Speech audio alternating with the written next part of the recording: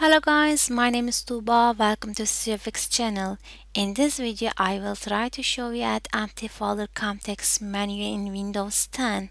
How to add or remove empty folder context menu in Windows 10. Go to CeoFix webpage and find download button. Download the zip file to your computer.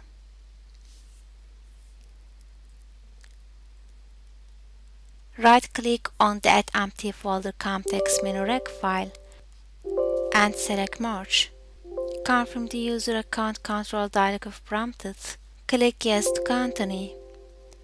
Registration entries are successfully added to registry. Click OK.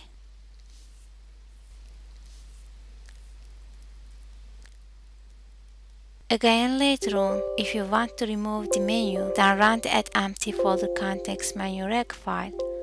That's all. Please subscribe to CeoFix channel. Thanks for watching. Goodbye.